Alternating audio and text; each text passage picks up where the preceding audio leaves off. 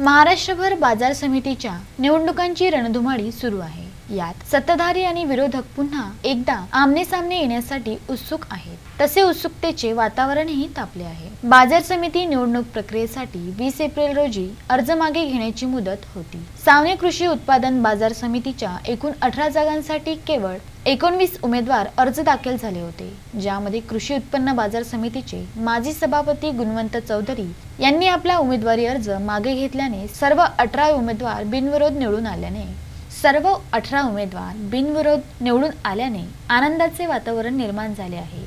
सुनील बाबू आगे बढोच्या घोषणेंनी परिसर दुमदुमून गेले। बाजार समितीच्या निवडणुकीत निर्विरोध निवडून आलेल्या सर्व सदस्यांचे माजी जिल्हा परिषद उपाध्यक्ष मनोहर कुंभारे, सावनेर पंचायत समितीचे सभापती अरुणा शिंदे, उपसभापती राहुल तिवारी, ज्येष्ठ समाजसेवक बैजनाथ डोंगरे, पूर्व उपसभापती प्रकाश पराते आदींनी सर्व नवनिर्वाचित सदस्यांचे पुष्पहार घालून स्वागत केले। सहकार महर्षी बाबासाहेब केदार यांनी नागपूर जिल्ह्यासह संपूर्ण विदर्भातील सहकार क्षेत्रामध्ये घातलेला पाया इतका भक्कम आहे की तो भेदण्यात भाजप नेहमीच अपयशी ठरला आहे।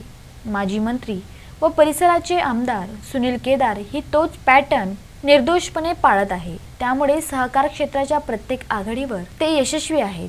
तसेच ग्रामीण शेतमजूर शेतकऱ्यांच्या समस्यांची त्यांना जाण आहे आणि त्या सोडवण्यासाठी सुनील केदार सतत प्रयत्नशील राहतील, असे मनोहर कुंभारे म्हणाले। बाजार समिति का जो चुनाव सावनेर का जो अविरोध हुआ है, आदरणीय बाबा साहब केदार के ज़माने से 50 सालों से ये बाजार समिति और नागपुर क्षेत्र में जो सहकार क्षेत्र है तो केदार गुट का दबदबा रहा है और वो दबदबा सुनील केदार जी अभी नागपुर जिले में सहकार क्षेत्र संभाल रहे हैं।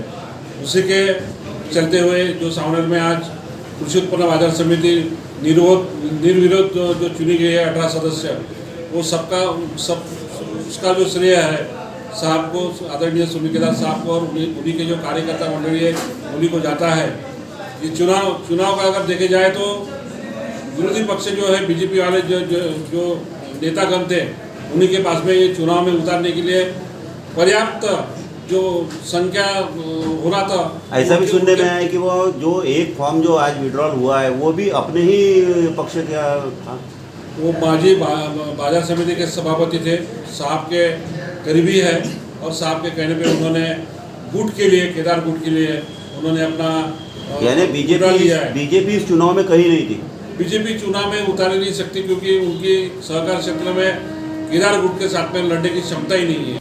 बाजार समिती बिनविरोध आलेल्या उमेदवारांमध्ये सूरज नवले, मयूर जिचकार, चंद्रशेखर कुंभालकर, सुभाष रहाटे, सुरेश केने, काशीराव पटे, वैभवी पाटील, मनोरमा चोपडे, अशोक डावरे, दुर्वास लाखे, गुणवंत काळे, रवींद्र चिखले, प्रकाश लांजेवार, प्रवीण झाडे, विनोद जैन, जगदीश ठाकुर व श्रावण दुरुंगवार यांचा समावेश आहे। उसी का असर और उसी का जो चमत्कार जो नागपुर में जो वज्रमुठ सभा जो सुनील केदार साहब के नेतृत्व में वज्रमुठ जो सभा हुई, अत्यंत एक ऐतिहासिक और एक चौंका देने वाली सभा हुई कि 1.5 लाख लोग वज्रमुठ सभा में थे और उसका जो प्रभाव है ग्रामीण भाग में और महाराष्ट्र में उसका एक अच्छा संदेश गया और एक महाविकास आघाड़ी की एक सक्सेसफुल सभा जो सभा के जो संयोजक थे आदरणीय सुनील केदार उन्हीं को जाता है। चुनाव 2024 में जो आने वाले जो चुनाव है, लोकसभा है, विधानसभा है, बहुमत से महाविकास आघाड़ी वहाँ पे जीती। पीयूष जिंजुवाडिया, विदर्भ न्यूज, सावनेर।